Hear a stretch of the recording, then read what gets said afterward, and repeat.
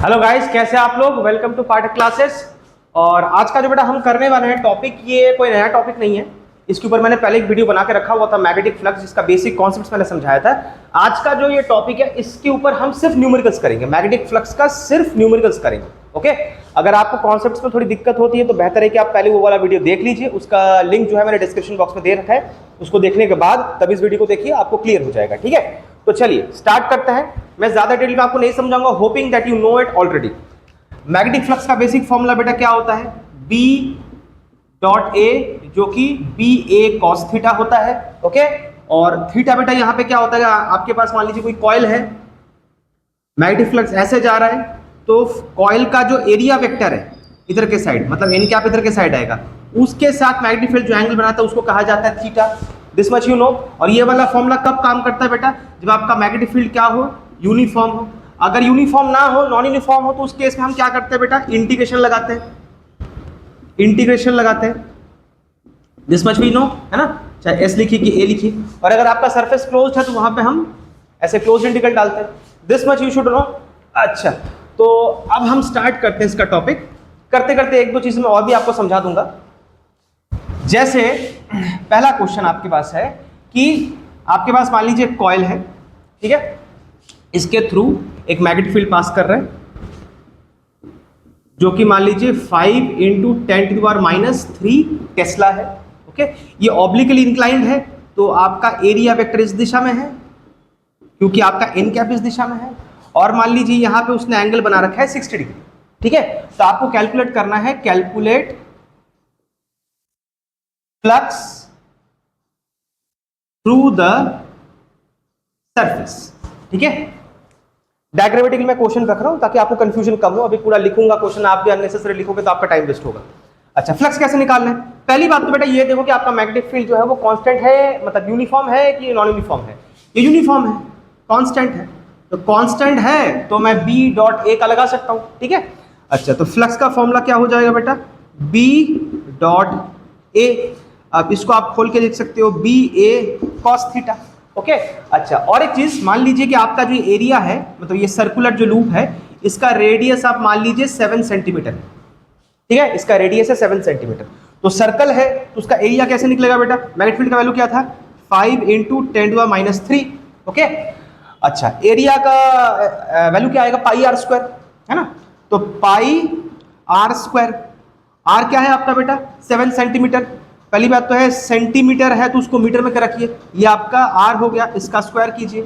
और यहां पे कॉस 60 डिग्री। एरिया वेक्टर के साथ जो एंगल बनाता है वो वाला हमें एंगल लेना होता है, ना कि एरिया के साथ। एरिया तो बेटा आपका ये है, एरिया वेक्टर ये है, वो एरिया के साथ नहीं बनाता, एरिया वेक्टर के साथ बनाता है। ओके, तो कैलकुलेट कीजिए, 5 × 10⁻³ पाई को खोल दीजिए, 22/7, ये आपका हो गया 7 × 7, ये हो गया 10⁻⁴, और यहाँ पे हो गया cos 60 का हाफ। अच्छा, 7 से 7 काट लीजिए। अच्छा, और यहाँ से आप 2 से इसको काट सकते हैं 11, यहाँ पे 5 और 7 35 हो गया, साथ में बचा 11, और यहाँ पे अच्छा साथ में आपका 7 भी है यहाँ पे, नहीं 5 7 से 35 हो गया, 11 यहाँ पे बचा, 10⁻³ और यहाँ पे -7, ये आपका हो जाएगा 583 × 10⁻7। एस यूनिट क्या आता है बेटा, वीबर या टेस्ला मीटर स्क्वायर या जूल सेकंड पर कूलम, कुछ भी लिख सकते हैं आप। ठीक है, तो ये आपका आंसर आ गया। चलिए इसको नोट डाउन कर लीजिए।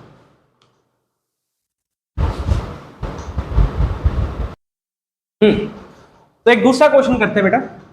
जैसे मान लीजिए कि आपके पास एक रेक्टेंगुलर कॉइल है, इसका लेंथ है 5 सेंटीमीटर, ब्रेड्थ है 3 सेंटीमीटर। ठीक है बेटा, अच्छा, इसके अंदर से ऐसे मैग्नेटिक फील्ड पास कर रहा है,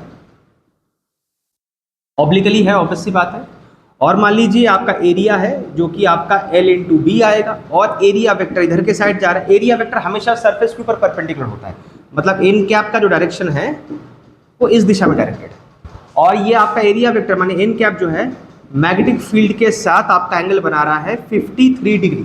ओके, और मैग्नेटिक फील्ड की वैल्यू आपको देखिए 2 × 10⁻⁴ Tesla. Okay, got the point. आपको बस वही निकालना है, calculate magnetic flux.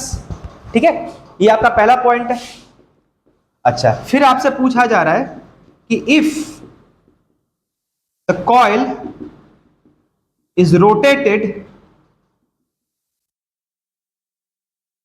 To a new position with theta is equal to 60 degree, calculate the change in flux। इसका मतलब क्या है वो बाद में देखेंगे, पहले वाला करते हैं। अभी जो राइट नाउ आपका जो पोजीशन है इसमें आपको मैग्नेटिक फ्लक्स निकालना है।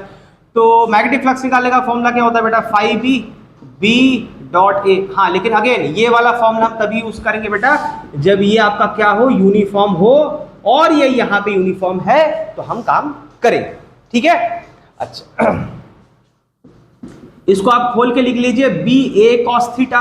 अच्छा, बी क्या है आपका 2 इंटू 10⁻⁴। ए क्या है आपका बेटा, ये रेक्टेंगल है, इसका पाई आर स्क्वायर नहीं कर सकते। आपके पास जिस टाइप का कॉइल होगा उसका जो शेप लेगा वो, अगर ट्रायंगल है तो triangle half into base into height, rectangle है तो लेंथ इंटू ब्रेड्थ, सर्कल है तो पाई आर स्क्वायर, जैसा शेप पकड़ेगा उस हिसाब से आपको करना पड़ेगा।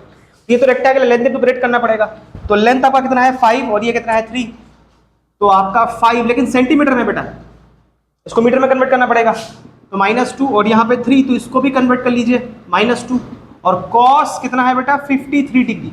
अच्छा, अगर आपको cos 53 ना पता हो बेटा तो आपको ट्रायंगल पता होना चाहिए। 37 53 का क्या होता है, मान लीजिए आपका 37 है, ये 53 है, कॉम्प्लीमेंट्री एंगल है, ये 4 होता है, ये 3 होता है, 5 होता है। तो आप खुद चेक करके देखिए cos 53 क्या आएगा 3/5। अगर 53 है तो इसको आप थीटा मानोगे ना, तो बेस अपॉन हाइपोटेनियस, तो ये आपका हो जाएगा 3/5। अच्छा, 2 3 जा 6, 6 5 जा 30, 10 के पावर में -4 -2 -2 सारा मिला के -8 इंटू 3/5। 5 से इसको काट दीजिए, 6 हो जाएगा, 6 3 जा 18, 10⁻⁸ वीबर। ये आपका पहला आंसर है। ये तो पहले पार्ट का था। अगले पार्ट में वो आपसे कह रहा है कि बेटा अगर एंगल आपका 53 ना हो, आप एक नए पोजीशन पे उसको रख रहे हैं, मान ले अभी 53 पे है, अभी मान लीजिए आपका कॉइल कुछ ऐसा है और वो एंगल बना रहा है 53। इस कॉइल को थोड़ा मैं ऐसे और मोड़ देता हूं, इस कॉइल को थोड़ा मैं और मोड़ देता हूं, थोड़ा मैं और मोड़ देता हूं, ताकि अभी एंगल बनाए पूरा 60 डिग्री। तो चेंज कितना हुआ, मैग्नेटिक फ्लक्स में चेंज कितना हुआ वो आपको कैलकुलेट करना पड़ेगा। तो बेटा पहला वाला कंडीशन जो था ये तो इनिशियल था। अब अगले वाले कंडीशन में, नेक्स्ट कंडीशन में आपको बस थीटा को 60 डिग्री लेना पड़ेगा, दैट्स इट। फिर ये आपका फाइनल, ये आपका इनिशियल, तो फाइनल में से इनिशियल को सबट्रैक्ट कर दीजिए, आपको चेंज इन फ्लक्स मिल जाएगा। तो आपको फिर से निकालना है, इसको 5b डैश कर देते हैं, ठीक है, या एक काम कीजिए, इसको 5b इनिशियल कर देते हैं, इसको 5b फाइनल कर देते हैं, आपको समझ में ज्यादा आसानी होगी। तो b a cos थीटा। अच्छा, b की वैल्यू कितनी थी आपकी 2 इंटू 10⁻⁴। अच्छा, एरिया कितना था बेटा आपका 5 इंटू 10⁻², 3 इंटू 10⁻², 2 और आपका cos 60। अच्छा, cos 60 बेटा कितना होता है आपका, हाफ होता है। इनको सॉल्व, अच्छा यहाँ से 2 और 2 काट दीजिए, तो आपका अच्छा 5 3 जा 15 और 10⁻⁻4 -8 वीबर। यह आपका आ गया मान लीजिए फाइनल। ठीक है, आपको क्या मांगा है बेटा, चेंज निकालना है, तो कर लीजिए बेटा। चेंज इन फ्लक्स क्या हो जाएगा, जो आपका फाइनल आया उसमें से आप इनिशियल को सबट्रैक्ट कर दीजिए, दैट्स इट। कितना आया था फाइनल आपका 15 इंटू 10⁻⁸। मतलब देखिए नेक्स्ट टाइम जो फाइनल आपको जो मिल रहा है इसमें फ्लक्स इसमें से कम पास कर रहा है। आप ये बता सकते हैं फ्लक्स क्यों कम पास कर रहा है बेटा, अगर आपका एरिया ऐसा सीधा खड़ा रहता है तो पूरा प्रॉपर मैग्नेटिक फील्ड उसमें पास कर सकता है। जितना आप उसको झुकाओगे, अब मैग्नेटिक फील्ड उसमें से प्रॉपर पास नहीं कर पा रहा, और नीचे झुका दीजिए और मैग्नेटिक फील्ड प्रॉपर पास नहीं कर पा रहा। जब आप बिल्कुल नीचे झुका दोगे तो बेटा वो तो बिल्कुल पतला हो चुका है, पतला हो चुका है, इसमें से मैग्नेटिक फील्ड पास कैसे करेगा। तो जितना आप उसको झुका रहे हो उसमें से मैग्नेटिक फील्ड क्या हो रहा है, कम पास कर रहा है। तो पहले 53 था, उसमें जितना किया आपने उसको और झुका दिया 60 डिग्री, तो और कम पास करेगा, तो ऑब्वियस सी बात है कम ही करेगा। तो 15 और यहां पे आपका था 18 10⁻⁸, तो ये आपका आ गया -3 इंटू 10⁻⁸ वीबर। ठीक है, चलिए इसको नोट डाउन कर लीजिए। अच्छा, एक क्वेश्चन डॉट के फॉर्मेट में देते हैं, सपोज कीजिए कि आपके पास मैग्नेटिक फील्ड जो है वो दे रखा है 3i cap 5j cap k cap Tesla, ठीक है बेटा, ये आपको दे रखा है। और आपका जो एरिया है वो आपका है 2i plus j minus k metre square. Okay, अच्छा, ये आपका एरिया वेक्टर है। आपसे पूछा जा रहा है first part, calculate 5b magnetic flux through the surface, obviously बात है थ्रू द सरफेस ही होगा और क्या होगा। और आपसे पूछा जा रहा है calculate angle between b vector and a vector, मतलब थीटा मांग रहा है आपसे, ठीक है। कैसे करें, सिंपल डॉट प्रोडक्ट है बेटा, स्टार्ट करते हैं। तो 5b क्या होता है बेटा, b डॉट a। अब देखिए इसको बी ए कॉस थीटा लिखने का फायदा है नहीं, क्योंकि आप अगर बी ए कॉस थीटा लिख देते हैं तो b का तो चलिए आप मैग्नीट्यूड निकाल लेंगे, वैसे b का मैग्नीट्यूड आएगा क्या, करके देखते हैं। 3 का स्क्वायर 9, 5 का स्क्वायर 25, 1 का स्क्वायर 1, तो कितना हो गया आपका, ये आपका हो गया 35 टेस्ला, ठीक है। इसकी जरूरत आगे जाके वैसे पड़ेगी। और एरिया का कितना है बेटा मैग्नीट्यूड, ये एरिया वेक्टर है, तो 2 का स्क्वायर 4, 1 का स्क्वायर 1 माइनस 1 का भी स्क्वायर 1, तो √6 मीटर स्क्वायर। आपको पता है ना किसी वेक्टर का आप मैग्नीट्यूड कैसे निकालते हो, i j k के जो कोफिशिएंट्स उसका स्क्वायर करके ऐड करके √ओवर कर दीजिए। ओके, इसकी जरूरत बाद में पड़ेगी। तो अगर मैं मान लीजिए b का जो मैग्नीट्यूड है वो डाल भी दूं ये, और a का डाल भी दूं, थीटा क्या डालूं, थीटा तो है ही नहीं है ना। हाँ, तो अभी इस तरह से करने का फायदा नहीं है, हमें डॉट प्रोडक्ट लगाना पड़ेगा। उसका तरीका क्या होता है बेटा, देखिए जब भी आपको दो वेक्टर का डॉट प्रोडक्ट करना होता है बेटा, और आपको नहीं पता इसका थीटा बेटा कुछ भी, बिना थीटा के करना है, तो उसको करने का ट्रिक बेटा ये होता है कि आप i j j k के कोफिशिएंट्स, कॉरेस्पॉन्डिंग कोफिशिएंट्स को मल्टीप्लाई कीजिए, ऐड कर दीजिए, ये ट्रिक होता है, ठीक है। जैसे मान लीजिए यहाँ पे 3 के साथ 2 को मल्टीप्लाई कीजिए, बस दैट्स इट, और i j कुछ मत रखिए। 5 के साथ 1 को कर दीजिए, 1 के साथ -1 को कर दीजिए, और इनको ऐड कर दीजिए। जब ये प्लस माइनस माइनस हो जाएगा, 6 + 5 आपका हो गया 11, 11 - 1 ये आपका हो गया 10 वीबर, ये आपका मिल गया 10 वीबर, ठीक है। अच्छा, सेकंड पार्ट में क्या मांगा है बेटा, आपसे थीटा मांग रहा है। बेटा ये बेसिक डॉट प्रोडक्ट का क्वेश्चन, आपसे थीटा मांग रहा है, तो अब आप लिखिए बी ए कॉस थीटा। अब ओपन कर दीजिए, क्योंकि आपको तो थीटा मांग रहा है ना, तो आप इस फॉर्मेट में रख नहीं सकते, आपको थीटा निकालना है तो खोलना तो आपको पड़ेगा। अच्छा, बी कितना था आपका, बी का मैग्नीट्यूड कितना था बेटा, √35, एरिया का मैग्नीट्यूड कितना था √60, और कॉस थीटा ये आपको निकालना है। 5b आपको कितना मिला 10, इसको नीचे भेज दीजिए, तो कॉस थीटा आ गया 10/√35 √6। अब इसको ज्यादा सॉल्व करने का ऐसा कुछ फायदा है नहीं, आप एक काम कर सकते हैं, 35 और 6 को एक साथ रूट में ले लीजिए, और एक और काम कर सकते हैं, 10 को हो सके तो आप पूरा 100 लगा के रूट के अंदर डाल दीजिए, थोड़ा काटाकुटी हो सकता है, ऐसे बाहर रखूँ तो हो नहीं सकता। 5 से काटिए 7, 5 से काटिए 20, 2 से काटिए 3, 2 से काटिए 10, तो ये आपका पूरा कॉस थीटा आ गया 10/21। अब ऐसा एंगल तो हमें पता भी नहीं है उसके डोमेन में, कॉस के डोमेन में, तो आप क्या कर सकते हो, आप कुछ नहीं कर सकते भाई, √10 21 का कॉस इनवर्स करके छोड़ दीजिए, और क्या ही करें। अगर आपके पास कोई ऐसा वैल्यू नहीं है जो उसके डोमेन में आता है, ऑब्वियसली बात है, ऐसा हमें थोड़ी पता है, हमें तो 0 पता है, 1/√2 पता है, हाफ पता है, √3/2 पता है, 1 पता है, ये सब थोड़ी पता है, तो आप छोड़ दीजिए, जो भी होगा होगा। ओके, चलिए इसको नोट डाउन कर लीजिए।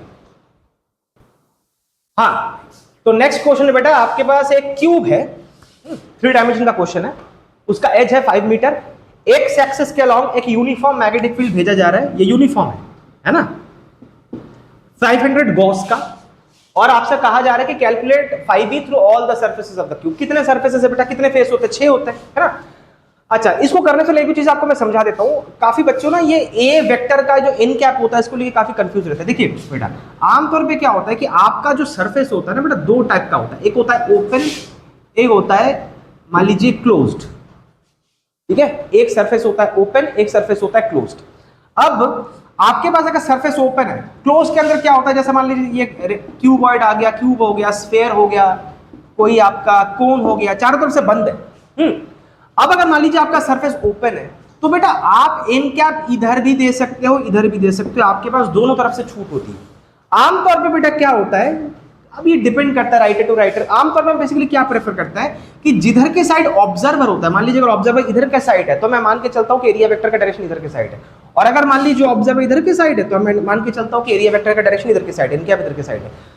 अगर आप कहते हो कि सर नहीं मैं उसके हिसाब से चलना नहीं चाहता, चाहे ऑब्जर्वर यहां हो तब भी मैं इनके यहां देना चाहता हूं, ऑब्जर्वर यहां है तब भी मैं इनके इधर देना चाहता हूं, तो भी कोई ऐसा सच कोई मतलब प्रॉब्लम नहीं है। नो हार्डकोर रूल, कोई हार्डकोर रूल नहीं है। हाँ, अगर जिस तरफ ऑब्जर्वर है उसी तरफ अगर आप इनके आपको ओरिएंट कराओगे तो अच्छा दिखता है, उससे कुछ चीजें समझना ज्यादा आसान होता है। लेकिन अगर आप कहते हो सर मुझे उस दिशा में नहीं करना, मेरे को अपने हिसाब से करना है, कर सकते हो, आपको छूट है। लेकिन अगर आपका सरफेस क्लोज्ड है या आप जिसको कह सकते हो बाउंडेड है, तो हमेशा याद रखिए आपका जो एनकैप है या एरिया वेक्टर हमेशा आउटवर्ड डायरेक्शन में होगा। मतलब अगर मान लीजिए आपका स्फीयर है और यहाँ पे एक छोटा सा कुछ आप एरिया का ले रहे हैं, तो बेटा आपका एनकैप बाहर की तरफ रहेगा। यहाँ पे आप ले रहे हैं तो एनकैप बाहर की तरफ रहेगा। मान लीजिए ये क्यूब है, ये जो सरफेस है ये बाउंडेड है चारों तरफ से, इसका एनकैप इधर की साइड रहेगा, बाहर की तरफ। यहाँ पे इधर की साइड, ये यहाँ पे इधर की साइड, यहाँ पे इधर की साइड, इस जगह पे इधर के साइड, इस जगह पे इधर के साइड, हमेशा आउटवर्ड ओरिएंटेड होता है। एनकैप हमेशा क्लोज बाउंड्री में आउटवर्ड ओरिएंटेड होता है, आउटवर्ड ओरिएंटेड क्लोज बाउंड्री में आउटवर्ड ओरिएंटेड होता है।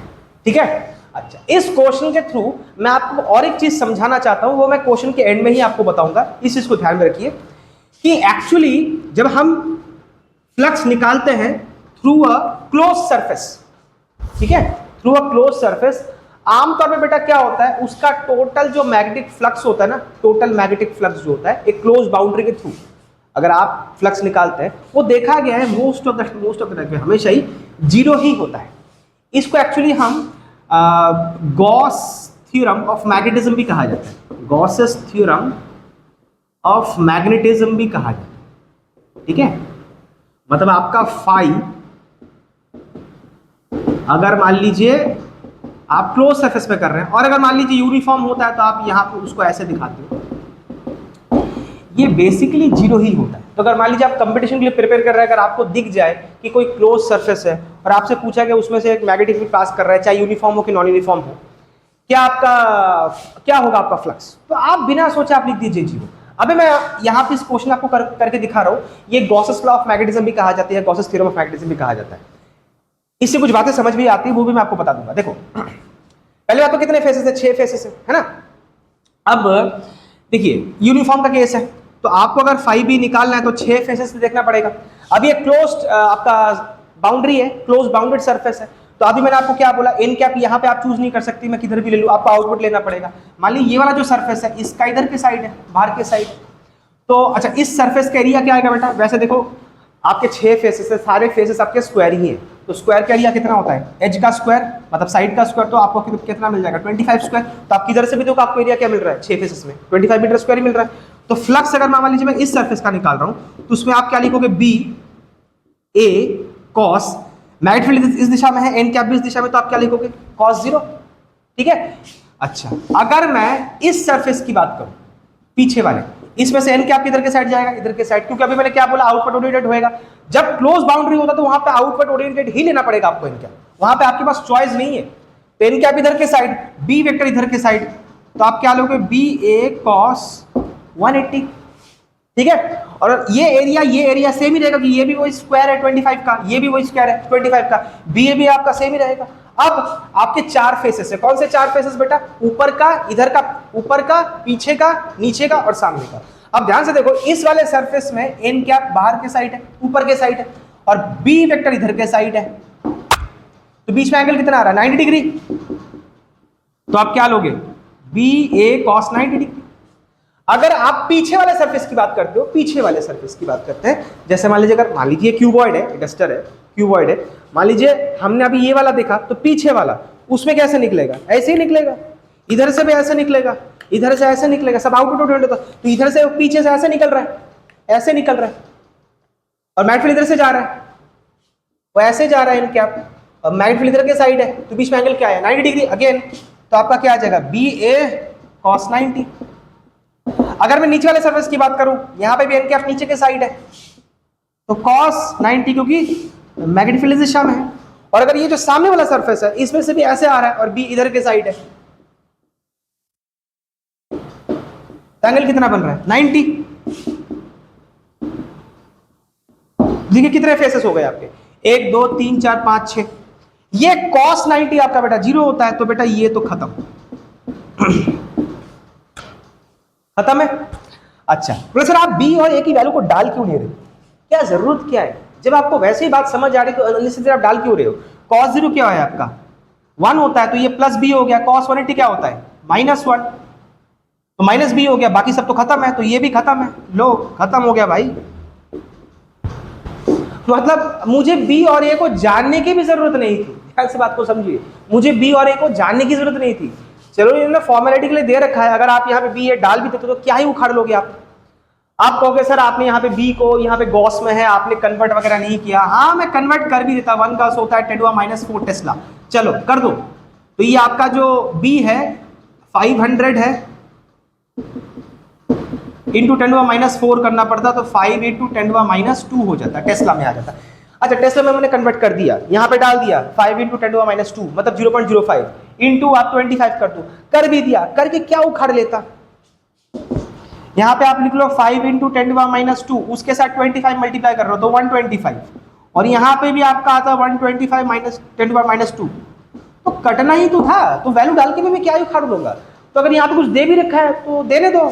आपको अगर कभी दिख जाए कि क्लोज बाउंड्री है, तो बेटा क्लोज बाउंड्री के through area integral of magnetic field, जिसको हम क्या बोलते हैं फ्लक्स, चाहे यूनिफॉर्म मैग्नेटिक फील्ड हो कि नॉन यूनिफॉर्म मैग्नेटिक फील्ड हो, वो बेटा हमेशा 0 ही आता है। इस लॉ को बेसिकली हम बोलते हैं बेटा गॉसिस थ्योरम ऑफ मैग्नेटिज्म, ठीक है।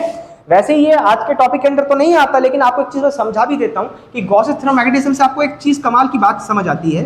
वो बात ये है बेटा कि अगर मान लीजिए आपके पास एक क्लोज सरफेस है, चलिए मैं स्फेरिकल ले लेता हूं, मान लीजिए इसके अंदर एक मैग्नेट आपने डाल के रखा हुआ है नॉर्थ और साउथ। जब कर ही रहा हूं टॉपिक को तो साथ ही साथ समझा भी देता हूं। नॉर्थ से आपका बेटा मैग्नेटिक फील्ड से निकलेगा और फिर घूम के यहां पे आएगा, ये क्लोज लूप बनाता है। तो जितना बेटा वो एग्जिट कर रहा है उतना ही यहां पे एंट्री कर रहा है। अगर एग्जिट उतना ही कर रहा है जितना एंट्री कर रहा है, तो इसके चलते जो फ्लक्स आएगा और उसके चलते जो फ्लक्स आएगा, दोनों एक दूसरे को क्या करेगा, कैंसिल आउट कर देगा। तो नेट मैग्नेटिक फ्लक्स आपको क्या मिलेगा, 0 ही मिलेगा, क्योंकि जब आप इधर से देख रहे हो तो मैग्नेटिक फील्ड आपका इधर के साइड है, एन कैप आपका इधर के साइड है। जब आप इधर से देख रहे हो तो मैग्नेटिक फील्ड आपका इस दिशा में है, लेकिन बेटा एन कैप आपका इस दिशा में है, तो वहां पे cos 180 लगेगा, यहाँ पे cos 0 लगेगा, मतलब फ्लक्स आपको हमेशा क्या मिलेगा, 0 ही मिलेगा। अब अगर आपको टोटल फ्लक्स 0 मिल रहा है तो उससे आपको समझ क्या आ रहा है कि अंदर जो मैग्नेट था बेटा उसके 2 पोल्स है, मतलब इट इज ए डाइपोल। अगर मैं बात को घुमा के बताऊं, मैंने इस सिरे से बताया कि अंदर मैग्नेट है तो फ्लक्स आपका टोटल 0 आ रहा है। अब मैं दूसरे तरीके से बता रहा हूं कि अगर फ्लक्स आपका टोटल 0 है तो मतलब आपका अंदर जो मैग्नेट है वो क्या है, basically it is a magnetic dipole. अगर मान लीजिए आपके इस मैग्नेट स्फीयर के अंदर सिर्फ एक नॉर्थ पोल होता, जो कि पॉसिबल नहीं है, मैग्नेटिक मोनोपोल होता भी नहीं है, तो होता क्या बेटा, यहां से निकलता मैग्नेटिक फील्ड, इधर से निकलता, इधर से निकलता, इधर से निकलता, इधर से निकलता, बस निकलता, अंदर तो आता ही नहीं, बस एग्जिट ही मारता, एंट्री तो मारता ही नहीं। तो उसका मतलब एक फ्लक्स तो आपको मिलता, लेकिन उस फ्लक्स को काटने के लिए दूसरा फ्लक्स नहीं मिलता, तो आपका नेट फ्लक्स 0 नहीं हो पाता।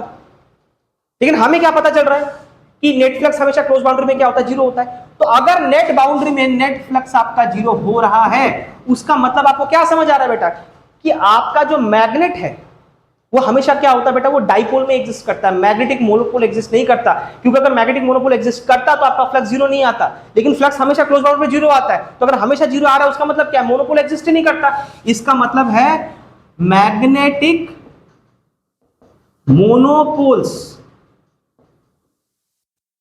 Do not exist. ये आपके गॉसेस लॉ ऑफ मैग्नेटिज्म या गॉसेस थ्योरम ऑफ मैग्नेटिज्म का एक कंक्लूजन है। इससे लोगों को ये समझ आया था कि मैग्नेटिक डाइपोल ही एग्जिस्ट करता है, मोनोपोल कभी एग्जिस्ट नहीं करता। तो आपको कभी भी अगर एक क्लोज बाउंड्री दिख जाए, चाहे यूनिफॉर्म मैग्नेटिक फील्ड की नॉन यूनिफॉर्म, आप आंखें बंद करके उसका फाई 0 कर दीजिए, आप दिमाग लगाइए मत, सिर्फ चुपचाप 0 कर दीजिए, ठीक है। चलिए इसको नोट डाउन कर लीजिए।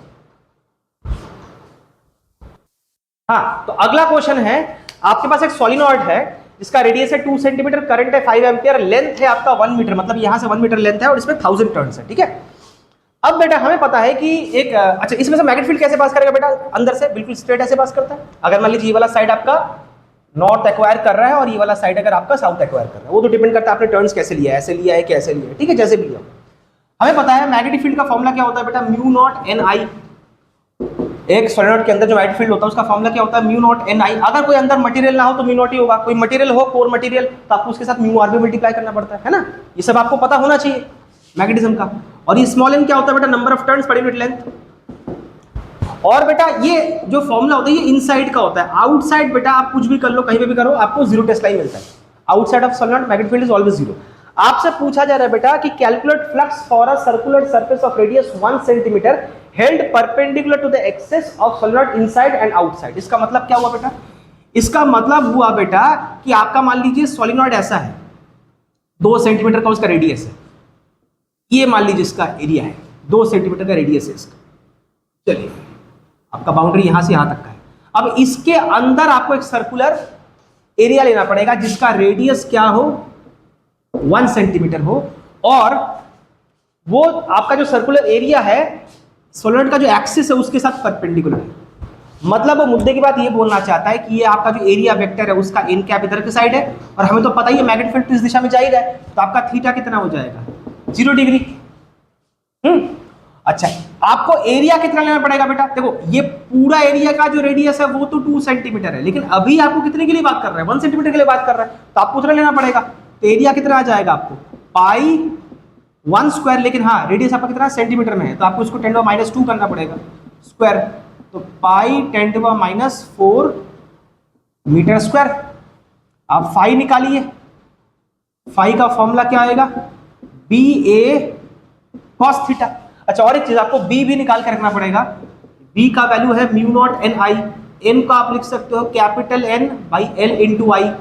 अब म्यू नॉट को आप चाहो तो अभी लिख सकते हो, वरना अभी आप छोड़ दो, बाद में देख लेंगे उसका, अंदर कुछ कोर मटेरियल तो डाला है नहीं यहाँ पे। तो आप एक काम करो, म्यू नॉट की वैल्यू डाल दो 4 पाई इंटू 10⁻⁷। पता है नहीं ये सब चीजें, इसको बोलते हैं absolute magnetic permittivity of free space और वैक्यूम। इसकी वैल्यू होती है 4 पाई इंटू 10⁻⁷। कैपिटल एन आपका है 1000, इसको 10⁻³ कर दो। एल है आपका 1 मीटर, इसको 1 लिख दो। करंट आपका है बेटा 5, पाई को भी पाई रख देते हैं, 4 इंटू ये 5 करने से 20 हो जाएगा, यहाँ पे पाई, और ये हो गया 10⁻⁴ टेस्ला। क्योंकि मोस्टली इसके जो क्वेश्चन आते हैं, ये वाला क्वेश्चन आपको कई सारे बुक्स में दिखेगा, वहां पे पाई को खोलते नहीं, पाई को रख देते हैं, चलो रख देते कोई बात नहीं। अब मैं कर रहा हूं इनसाइड, क्योंकि आपको इनसाइड में निकालना है आउटसाइड में निकालना है, मतलब यहाँ पे इनसाइड में निकालना है आउटसाइड में निकालना है, मतलब इस सरफेस के थ्रू जितना मैग्नेटिक फ्लक्स आपका पास कर रहा है वो इनसाइड कितना आएगा, आउटसाइड कितना आएगा। आउटसाइड का तो बेटा दिमाग ही आप क्यों लगा रहे हो, आउटसाइड तो बेटा आपका 0 ही आएगा, क्योंकि आउटसाइड में मैग्नेटिक फील्ड है ही नहीं, आउटसाइड तो मैग्नेटिक फील्ड है ही नहीं, तो उसका लिए आप दिमाग क्यों लगा रहे हो। तो बी आपका कितना आया, 20 पाई इंटू 10⁻⁴। एरिया कितना आया, पाई इंटू 10⁻⁴, और एंगल कितना है बेटा, cos 0 डिग्री, cos 0 1 हो जाता है। 20, और तो नंबर वैसे है भी नहीं आपका, यहाँ पे 20 रखो, और यहाँ पे पाई स्क्वायर रखो, 10⁻⁴, 10⁻⁴, आपका 10⁻8 हो गया, cos 0 1 हो गया। तो बेटा ये आपका आ गया आंसर। आपको पाई को खोलना है खोल सकते हो, वरना आप यहाँ पे छोड़ सकते हो बी पर में आके, क्योंकि ये आपका जो मैग्नेटिक फील्ड था इनसाइड का था। अगर मान लीजिए वो कह रहा है इसी सरफेस के कारण आप फ्लक्स बाहर निकालो, बाहर तो बनेगा भी नहीं बेटा, वैसे भी फ्लक्स आपका मैग्नेटिक फील्ड बाहर क्या होता है, 0 होता है। तो अगर आप आउटसाइड का बना भी लोगे तो क्या ही कर लोगे, आउटसाइड में तो मैग्नेटिक फील्ड क्या होता है, 0 होता है, तो पूरा आपका फ्लक्स क्या आ गया, 0 आ गया। और दूसरे लॉजिक से अगर आपको देखोगे, थोड़ा कॉमन सेंस लगाओ, आपके एरिया यहां है और वो आपसे पूछा फ्लक्स सोलेनॉइड के बाहर कितना आएगा, तो बाहर एग्जिस्ट कर कैसे सकता है, axis of solenoid inside and outside. हाँ, तो आउटसाइड तो बेटा एग्जिस्ट वैसे भी नहीं कर सकता है ना, तो क्योंकि आप खुद देखिए आपका सर्कुलर लूप अगर आपका यहां पे है और आपसे बाहर की तरफ पूछा जा रहा है, मतलब सोलेनॉइड के बाहर, लूप आपका यहां पे है, सोलेनॉइड के बाहर आपसे पूछा जा रहा है, ये क्या लॉजिक हुआ। आपका लूप अगर यहां पे तो फ्लक्स तो इसमें से पास होना चाहिए ना, इसमें से जो फ्लक्स पास हो रहा है या मैग्नेटिक फील्ड पास हो रहा है उसकी मैं बात करूंगा, जो बाहर है उसकी बात क्या करूंगा, और वैसे भी बाहर तो होता भी नहीं है। ओके, अच्छा ये तो पहला वाला पार्ट हो गया। अच्छा, अब सेकंड वाले पार्ट में क्या कह रहा है बेटा, calculate phi for a circular surface of radius 3 centimetre. 3 centimetre मतलब, अच्छा देखिए आपका, पहले इसको लिख लीजिए,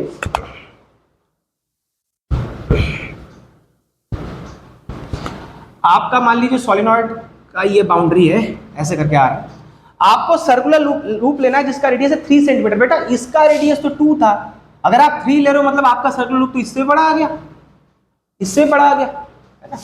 थोड़ा डॉटेड दे देता हूं ताकि आपको समझ आए कि अंदर की बात कर रहा हूं, अंदर जा रहा है, इससे बड़ा आ गया। इसका रेडियस कितना है 3 सेंटीमीटर। लेकिन एक चीज को ध्यान से समझो बात, भले ही ये सर्कुलर, इसका जो नेचुरल लूप देखो, मैक्सिमम लूप कितना ले सकता है 2 सेंटीमीटर ले सकता है, जो कि आपके सोलेनॉइड का क्रॉस सेक्शन है। लेकिन मैंने जो लूप पकड़ा है, जो सरफेस एरिया पकड़ा है, उसका रेडियस क्या है 3 सेंटीमीटर है। भले ही बेटा आपने सरफेस एरिया 3 का पकड़ा है, लेकिन उससे मैग्नेटिक फील्ड जो पास कर रहा है बेटा, वो तो इतने इलाके में ही कर रहा है जिसका क्रॉस सेक्शन कितना है 2।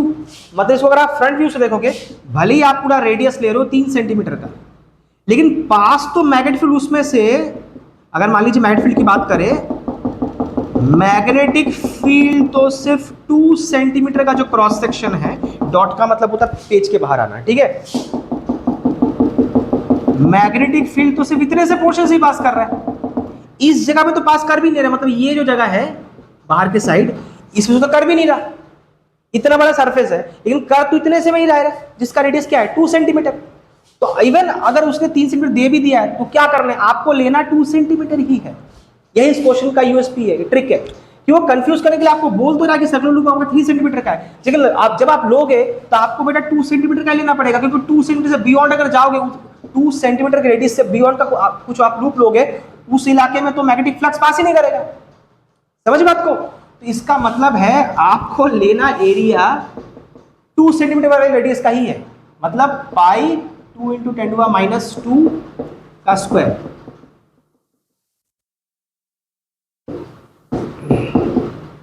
यही लेना है, ठीक है। अब मैग्नेटिक फील्ड निकालते हैं, सॉरी फ्लक्स निकालते हैं। फ्लक्स बेटा क्या होता है, बी ए कॉस थीटा।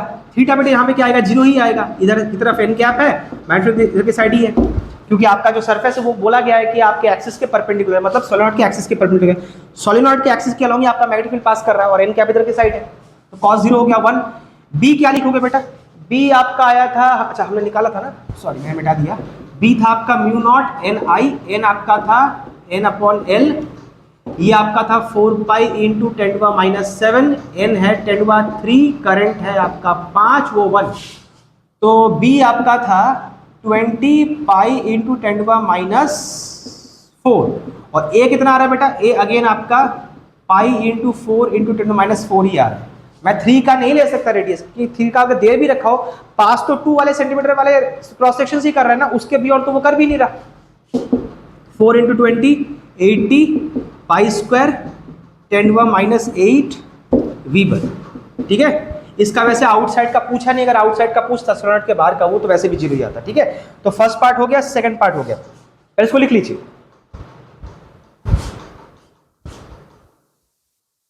अच्छा अगले वाले केस में आपको बोल रहा है कि बेटा फाई निकालना है फॉर अ सर्कुलर लूप जिसका रेडियस 2 सेंटीमीटर से बड़ा है। अब बात को थोड़ा ध्यान से समझिए, आपका अगर रेडियस, इसका देखिए नॉर्मल सॉलिड का क्रॉस सेक्शन है, उसका रेडियस है 2 सेंटीमीटर, अगर उस रेडियस से कम लिया जाता है कोई सर्कुलर लूप जिसका रेडियस उससे 2 सेंटीमीटर से कम है, तो जितने का लिया जाएगा उतने का ही रेडियस पकड़ना है। जैसे पहले वाले में हमने 1 का लिया था तो वो 2 से कम था, तो अगर मैं कम ले रहा हूं तो जितने का आप ले रहे हो उसमें से आप फ्लक्स पास करा सकते हो। मतलब अगर आप 1 सेंटीमीटर का चेक कर रहे हो उसमें से इतना करेगा, 1.5 का कर रहे हो तो उसमें से इतना करेगा, 2 का कर रहे हो तब भी पूरा करेगा। लेकिन जैसे ही आप 2 से बड़ा ले लोगे रेडियस, कोई सर्कुलर लूप जिसका रेडियस 2 सेंटीमीटर ज्यादा है, बेटा तब पूरे में से थोड़ी करेगा, वो 2 सेंटीमीटर से जितना कर रहा था उतना ही करेगा, क्योंकि उसके बाद मैग्नेटिक फील्ड है ही नहीं, सॉलिड के बाद मैग्नेटिक फील्ड होता ही नहीं है। अगर मान लीजिए मैं 3 सेंटीमीटर का करता हूं तब भी वो 2 सेंटीमीटर वाले रेडियस के क्रॉस सेक्शन से ही पास करेगा। अगर आप 4 सेंटीमीटर का भी लेते हो तब भी वो 2 सेंटीमीटर वाले रेडियस ऑफ क्रॉस सेक्शन से ही पास करेगा। मतलब रेडियस जब आपका 2 सेंटीमीटर से बड़ा हो जाए, मतलब इसका जो केवल रेडियस था उससे बड़ा हो जाए, उसके बाद आपको सर्कुलर लूप का रेडियस 2 ही लेना पड़ेगा, अगर 2 से बड़ा हो जाए। अगर 2 से कम हो तो जो दे रखा है उसका आप ले सकते हो, ठीक है। तो वो आपसे कह रहा है कि आपका रेडियस 2 सेंटीमीटर से बड़ा है, मुझे नहीं पता क्या है, लेकिन 2 सेंटीमीटर से बड़ा है, तो बड़ा है तो मैं अभी जो मेरा रेडियस एरिया निकालना है, मुझे इतने से पोर्शन का ही निकालना है, क्योंकि इस जगह से तो मैग्नेटिक फील्ड पास भी नहीं कर रहा, मुझे रेडियस 2 ही लेना पड़ेगा। Even if the circular loop is radius greater than 2, लेकिन मुझे लेना पड़ेगा इतने से सर्कुलर लूप का, इतने से क्रॉस सेक्शन का। अब आपसे ये कह रहा है बेटा वो जो आपका सर्कुलर लूप है वो एक्सिस के साथ, देखिए उसका जो एरिया वेक्टर है making an angle 60 degree with the axis of solenoid, इसका मतलब है आपका जो ये बड़ा वाला कोई लूप है जिसका रेडियस आपका 2 सेंटीमीटर से बड़ा है, उसका एक्सिस मतलब उसका जो एरिया वेक्टर है वो एक्सिस के साथ एंगल बना रहा है 60 डिग्री। ठीक है, लेना तो हमें यही वाला एरिया है, क्योंकि 2 सेंटीमीटर से ऊपर जाएगा तो काउंट तो वो 2 को ही करेगा, मतलब 2 सेंटीमीटर वाले रेडियस के क्रॉस सेक्शंस को ही वो काउंट करेगा कि यहाँ पे तो मैग्नेट है नहीं। तो फ्लक्स अब निकालता है बी ए कॉस 60 डिग्री। बी कितना था बेटा आपका 20 पाई इंटू 10⁻⁴। अच्छा एरिया कितना है बेटा, एरिया आप लिखोगे पाई रेडियस का स्क्वायर। रेडियस क्या लोगे बेटा 2 ही लोगे, सेंटीमीटर में है तो स्क्वायर कर देना, तो ये आपका हो जाएगा। और cos 60 कितना होता है बेटा आपका हाफ होता है, तो इस चीज को काट दो तो ये आपका आ गया 80 पाई स्क्वायर 10⁻⁸ टेस्ला। ठीक है, सॉरी टेस्ला नहीं, मैग्नेटिक फ्लक्स निकाल रहे हैं ना वीबर। चल इसको लिख लीजिए।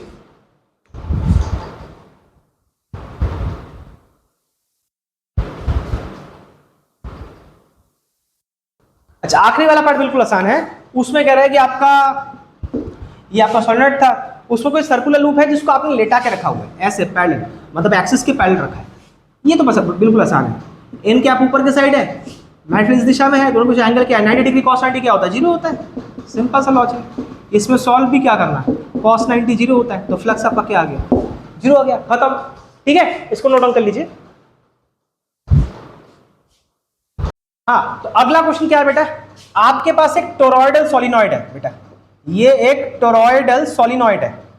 ठीक है, इसका क्रॉस सेक्शन थोड़ा रेक्टेंगुलर है, सर्कुलर नहीं है। ठीक है कोई बात नहीं, सोलिनॉइड है तो है, जरूरी थोड़ी कि हमेशा सर्कुलर ही होना पड़ेगा इसका क्रॉस सेक्शन।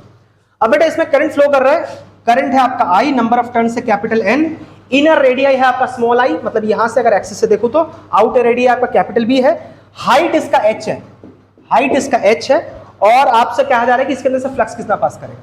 अब ध्यान से देखो करंट कैसे फ्लो कर रहा है वाइंडिंग में मुझे नहीं पता, मान लो अगर ये वाइंडिंग में करंट फ्लो कर रहा है क्लॉकवाइज ऐसे, तो मतलब ये वाला साउथ पोल होगा तो अंदर की तरफ जाएगा। लेकिन इसमें एक प्रॉब्लम है बेटा, मैग्नेटिक फील्ड यूनिफॉर्म नहीं जाएगा, क्योंकि देखो यहां से जो मैग्नेटिक फील्ड जाएगा फिर यहां से जो जाएगा वो थोड़ा कम होगा, क्योंकि उसका रेडियस थोड़ा बढ़ गया, दूर हो गया, वो यहां से और कम जाएगा, मतलब यहां से ऐसे जा रहा है, क्योंकि घूमेगा तो ऐसे, टोरॉइड के अंदर मैग्नेटिक फील्ड कैसे घूमता है, ऐसे घूमता है कॉन्सेंट्रिक सर्कल के फॉर्म में। तो यहां से जो घूम रहा है फिर उसे आउटर एरिया में जो घूम रहा है उसका स्ट्रेंथ और कम हो जाएगा, आउटर एरिया में जो घूम रहा है उसका स्ट्रेंथ और कम हो जाएगा, आउटर एरिया में जो घूम रहा है उसका स्ट्रेंथ और कम हो जाएगा। जितना दूर जाता जा रहा है स्ट्रेंथ उसका कम होता जा रहा है, मतलब ये नॉन यूनिफॉर्म मैग्नेटिक फील्ड है। मतलब मैग्नेटिक फील्ड जो है यहाँ पे क्या है बेटा नॉन यूनिफॉर्म है। तो बेटा अगर नॉन यूनिफॉर्म है तो मैं बी डॉट ए तो लगा नहीं सकता, मुझे इंटीग्रेशन का चक्कर करना पड़ेगा, है ना, फंस गए। तो कैसे करें बेटा, यहाँ पे ना हम पहले एक एलिमेंट्री स्ट्रिप ले लेते हैं, मान लो एक एलिमेंट्री स्ट्रिप ले लेते हैं जिसकी थिकनेस है dx। Let there be an elemental strip of thickness dx and length h, इसका लेंथ h है और थिकनेस dx है, तो इसका छोटा सा एरिया क्या आएगा लेंथ इंटू ब्रेथ, है ना। ये एक पतला सा स्ट्रिप है और ये ऐसे जा रहा है, ऐसे जा रहा है, घूम रहा है, ठीक है। मतलब आप इसको इमेजिन कर सकते हो पतले पतले स्ट्रिप पे डिवाइड हो रखा है, एक ऐसा स्ट्रिप है, फिर बाहर का एक ऐसा स्ट्रिप है, फिर बाहर का एक ऐसा स्ट्रिप है, फिर बाहर का ऐसा स्ट्रिप है। हर एक स्ट्रिप का ये जो लेंथ है वो h है और यहाँ पे थिकनेस कितना है dx है। और ये कितनी दूरी पे है, मान लो ये आपका x दूरी पे है, x दूरी पे, ठीक है। अच्छा अब मैग्नेटिक फील्ड का फॉर्मूला क्या होता है जो टोरॉइड से जाता है या सोलेनॉइड से जाता है, सोलेनॉइड टोरॉइड एक ही बात है, वो होता है mu naught n i, b होता है म्यू नॉट एन आई। अब n को आप क्या लिखते हो n अपॉन एल, n में नंबर ऑफ टर्न्स, वो स्मॉल n होता है number of turns per unit length होता है। अभी लेंथ, लेंथ किसका, अभी बेटा मैं स्ट्रिप के लिए कर रहा हूं, for the strip magnetic field निकाल रहा हूं फॉर द स्ट्रिप। अब ये स्ट्रिप कितनी दूरी पे है, देखो बेटा यहाँ पे कितनी दूरी पे है, x दूरी पे। तो अगर मैं इसका पूरा लेंथ बताऊं, इसका लेंथ देखो यहां से लेके इसका पूरा लेंथ, ये लेंथ, इसका लेंथ क्या हुआ सर्कमफ्रेंस हुआ। इस सर्कल का भी रेडियस क्या है, इस स्ट्रिप के थ्रू जो सर्कल तुम्हारा बन रहा है इस सर्कल का रेडियस क्या है x है, तो सर्कमफ्रेंस क्या आएगा 2 पाई x। तो मतलब इस l को आपको क्या लिखना है 2 पाई x। ये फॉर द स्ट्रिप, उस स्ट्रिप का जो उस मतलब इस स्ट्रिप के थ्रू जितना मैग्नेटिक फील्ड पास कर रहा है वो है, ठीक है। अच्छा, अब फ्लक्स कैसे निकाले? फ्लक्स के लिए आपको इंटीग्रेशन करना पड़ेगा। अच्छा, मैग्नेटिक फील्ड तो बेटा पेज के अंदर जा रहा है ऐसे, क्योंकि मैग्नेटिक फील्ड ऐसे घूमता है कॉन्सेंट्रिक सेल के फॉर्म में। अब एन कैप किधर ले बेटा? आप एन कैप बाहर भी ले सकते हो, क्योंकि ऑब्जर्वर तो बाहर से देख रहा है इसको। हाँ ठीक है, ले सकते हो। बी अंदर, एन कैप बाहर, तो आपका 180 आ जाएगा, तो ये आंसर नेगेटिव में आ जाएगा। अभी मैंने क्या बोला था बेटा, अगर आपका बाउंड्री ओपन है तो फर्क नहीं पड़ता आप कहां से देख रहे हो। ये जो आपका एरिया है फिलहाल तो ओपन ही है, कौन सा बाउंडेड है? अगर बाउंडेड है तो फिर तो बात आपको आउटवर्ड ही लेना होता है। तो अभी अगर ये बाउंडेड है तो आप कहीं से भी ले लो, अंदर से लो, बाहर से लो, बेहतर है कि आप अंदर ही ले लो। फिर अंदर भी एन कैप, आपका एरिया वेक्टर अंदर की तरफ, और आपका जो क्या कहते हैं बी जो है वो भी अंदर की तरफ, दोनों 0 डिग्री हो जाएगा, तो cos 0 1 हो जाएगा, कंफ्यूजन कम होगा। अगर आप कहते हो बाहर लेना लो, वो नेगेटिव में आ जाएगा, लेकिन वैल्यू वही आएगा। तो बी को आप लिख दो उस पतले से स्ट्रिप के लिए म्यू नॉट एन आई 2 पाई एक्स, और एरिया, अच्छा डी ए कितना है आपका एच डी एक्स, और दोनों के बीच में cos 0 कर लो, मान लो कि इनवर्ट है आपका एरिया वेक्टर। अब आपको इंटीग्रेट करना है, ठीक है। अच्छा, इंटीग्रेट कहां से कहां करना है बेटा? यहाँ पे वेरिएबल कौन है? एक्स है। अब एक्स कहां से वेरी करें, ध्यान से देखो, एक्स यहां से शुरू हो रहा है, एक स्ट्रिप में अंदर का लूंगा, फिर बाहर का, फिर बाहर का, फिर बाहर का, फिर बाहर का। तो एक्स कहां से कहां गया? देखो ये ए से लेके पूरा बी तक गया, ए से लेके पूरा बी तक गया। अब इससे जो कांस्टेंट है उसको बाहर निकाल लो, म्यू नॉट एन 2 पाई, अच्छा और क्या है, एच है, फिर आई है, ये सारा बाहर निकाल लो। cos 0 तो आपका 1 हो गया, यहां पे अंदर बचा क्या, dx, और यहां पे 1/x, a से लेके b तक। 1/x का इंटीग्रेशन क्या होता है बेटा? log x, natural log base e, आप उसको ln भी लिख सकते हो। a से लेके b तक mu naught N H I upon 2 पाई, अब mu naught N H I upon 2 पाई। अच्छा, आपको final value minus initial value कर दीजिए। अगर आपको थोड़ा लॉग का नॉलेज हो तो आपको पता होगा लॉग बी माइनस लॉग ए क्या हो जाता है, सब्ट्रैक्शन में वो डिविजन में आ जाता है, ठीक है। मैंने यहाँ पे बेस लिखा नहीं, आपको पता होना चाहिए, बेस आपका कुछ नहीं है, ई है, ये नेचुरल लॉग है, आप इसको एलन भी लिख सकते हो। तो ये आपका बेटा फ्लक्स आ गया, ठीक है। ये नॉन यूनिफॉर्म मैग्नेटिक फील्ड का एक एग्जाम्पल था। अच्छा, अगर मान लीजिए अंदर कोई कोर मटेरियल होता तो आपको इस म्यू नॉट के साथ म्यू आर मल्टीप्लाई करना पड़ता, वो होता relative magnetic permeability of the material जो भी अंदर डला हुआ हो, ठीक है। तो ये आपका मैग्नेटिक फ्लक्स आ गया। चलिए लिख लीजिए इसको।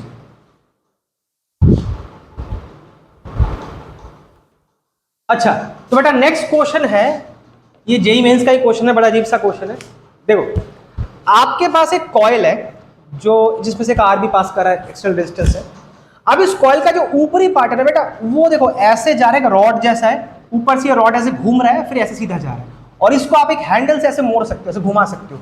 मतलब ये जो आपको ये ऐसा शेप है, ये सेमी सर्कल वाला जो शेप है, ये फिर नीचे भी आ सकता है, मतलब घूम के ये नीचे भी आ सकता है। ये मूवेबल है, ये रोटेटेबल है, आप इसको रोटेट करा सकते हो। फिर ये घूम घूम के ऐसे जाएगा, मतलब ऐसा है, फिर ये नीचे आ जाएगा, फिर पीछे से घूम के ऐसे आ जाएगा, फिर ऐसे आएगा, ये ऐसे घूमता जा रहा है। तो देखो, जब ये घूम रहा है, ध्यान से बात को समझो, अभी जैसे ऐसी हालत में है, तो इसके अंदर से मैग्नेटिक फील्ड पेज के अंदर पास कर रहा है। अच्छा, और एक जिस क्वेश्चन में मेंशन है कि आपका एरिया वेक्टर जो है, एरिया वेक्टर जो है वो इनसाइड द प्लेन है, ये क्वेश्चन के अंदर मेंशन्ड है, ठीक है। मैग्नेटिक फील्ड भी अंदर की तरफ है, तो इस हालत में अभी मान लो ये ऐसे है, इस हालत में, ठीक है। तो इस हालत में अगर ऐसा जाए तो एन कैप आपका क्या जा रहा है, अंदर की तरफ जा रहा है, ओके, एन कैप अंदर की तरफ जा रहा है, और बी वेक्टर भी अंदर की तरफ जा रहा है, तो आपका थीटा क्या हो जाएगा, 0 डिग्री हो जाएगा। चलो वो सॉर्ट आउट तो हो गया। अब वो कह रहा है कि आफ्टर, और इसको आप रोटेट करा सकते हो ऐसे, इस हैंडल से इसको ऐसे पकड़ के रोटेट करा सकते हो। आफ्टर पाई सेकेंड, पाई सेकेंड, ये सेकेंड की वैल्यू है, पाई second, the semicircular rod is rotated through half revolution, ये आधा रिवॉल्यूशन करता है। आधा रिवॉल्यूशन मतलब इनिशियली भी ऐसा है, इनिशियली ऐसा है, तो आधा अगर घूमेगा, मान ली ऐसे है, आधा घूमने के बाद कैसे आएगा, ऐसे आ जाएगा। कैलकुलेट, फर्स्ट आपको कह रहा है चेंज इन मैग्नेटिक फ्लक्स, और second part rate of change of flux. कुछ नहीं है बेटा, इसको टाइम से डिवाइड कर देंगे, टाइम से डिवाइड कर देंगे। अच्छा मान लीजिए ये आपका इनिशियल कंडीशन है, ये आपका इनिशियल कंडीशन, अभी ये ऐसा दिख रहा है। अभी हम कैसे करेंगे, देखो ये आपका पूरा एरिया है ये एरिया है क्या, इस एरिया को आप A1 दे दो या A इनिशियल दे दो। इनिशियल कंडीशन इस पूरी चीज का एरिया आप कैसे निकालोगे। अच्छा और एक चीज, इसका कुछ ऐसा मेंशन तो है नहीं, आप मान लो यहां से इसका रेडियाई जो है वो R है, इस सेमी सर्कल का, ये जो सेमी सर्कुलर पोर्शन है इसका रेडियाई R है। अब इसका एरिया हम कैसे निकालेंगे, देखो ये एक रेक्टेंगल है और उसके अंदर एक सेमी सर्कुलर पोर्शन है, तो रेक्टेंगल का एरिया आप मान लो A रेक्टेंगल लिख देते हैं, A रेक्टेंगल। हाँ करने को मैं लेंथ इनटू ब्रेड्थ कर सकता हूँ, करना है ले लो, आप ले लो, वेट में जाके वैसे कट ही जाना, आपको पता चल जाएगा। मैंने A रेक्टेंगल लिख दिया, उसके साथ इस सेमी सर्कल का एरिया, सेमी सर्कल का एरिया क्या होता है, पाई आर स्क्वायर सर्कल का होता है उसका आधा, तो ये इनिशियल कंडीशन में इसका ये एरिया होगा, ठीक है। अच्छा तो इसके कारण जो फ्लक्स आएगा इनिशियल फ्लक्स, उसको आप क्या लिख सकते हो, B dot A। Magnetic field यहाँ पे यूनिफॉर्म है, नॉन यूनिफॉर्म नहीं है। B जो है आपका यहाँ पे बेटा यूनिफॉर्म है, ये बदल थोड़ी रहा है, आपका यहाँ पे एरिया बदल रहा है। एरिया आप जब इसको ऐसे घुमा रहे हो एरिया बदल रहा है, ठीक है, मैग्नेटिक फील्ड आपका सेम ही है। अच्छा एरिया वेक्टर किधर की साइड, अंदर की तरफ है, B भी अंदर की तरफ ही है, तो इनको अगर मैं खोलूंगा तो क्या लिखूंगा, इसको आप A इनिशियल लिखो, B A initial cos 0 degree, ठीक है, B को रख दो। अच्छा इस B की वैल्यू तो ऐसे अभी तक कुछ दे नहीं रखा, मैं चेक कर लेता हूँ इसका वैल्यू कुछ दे रखा है कि नहीं दे रखा। नहीं ऐसा इसकी कोई वैल्यू नहीं दे रखी, यही है, ये आपका आ गया फाई इनिशियल। अब क्या हो रहा है बेटा, आफ्टर हाफ रिवॉल्यूशन, आधे रिवॉल्यूशन के बाद ये सीन दिखेगा कैसा, देखो ध्यान से, ये ऐसे आ जाएगा, ये रॉड ऐसा हो जाएगा,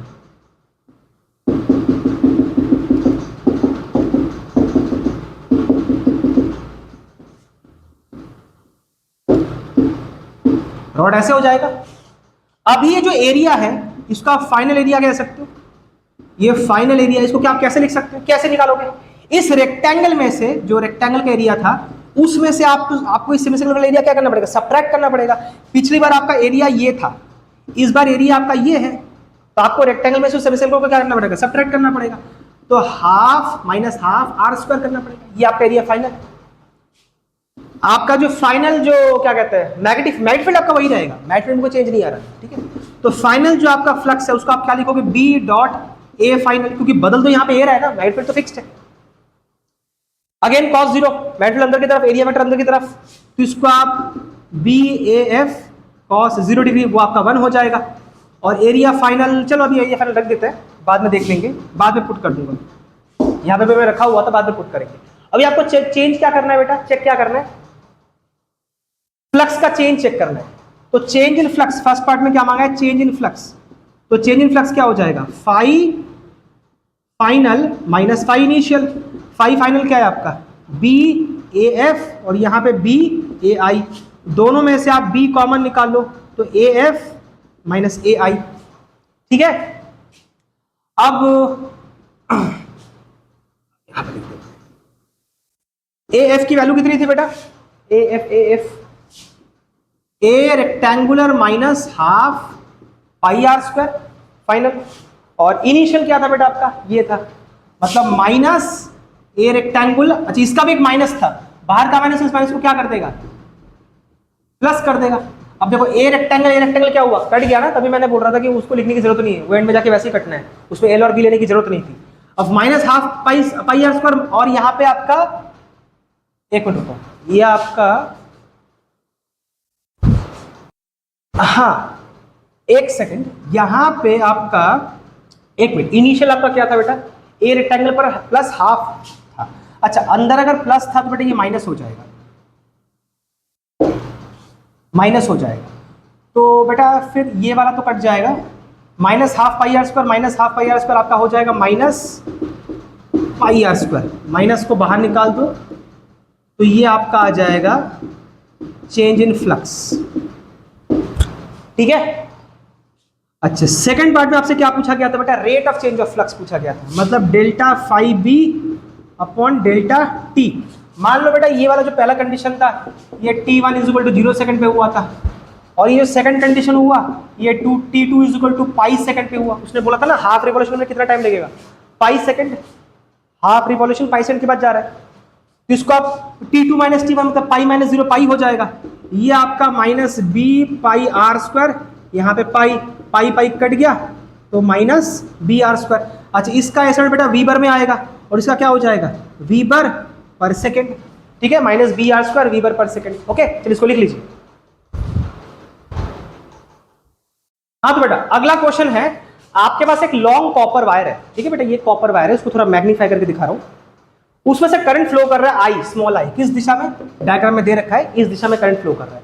कह रहा है calculate the magnetic flux per unit metre of the wire for a plane s. इसके ऊपर एक सरफेस है इसके अंदर, ठीक है, जहां तक इसका रेडिया है, इसका मान लीजिए रेडिया आपका कैपिटल आर है, इसके सरफेस तक एक ऐसे रेक्टेंगुलर शेप का प्लेन है।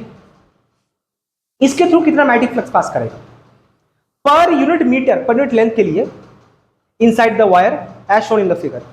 पहले क्वेश्चन का मतलब समझिए।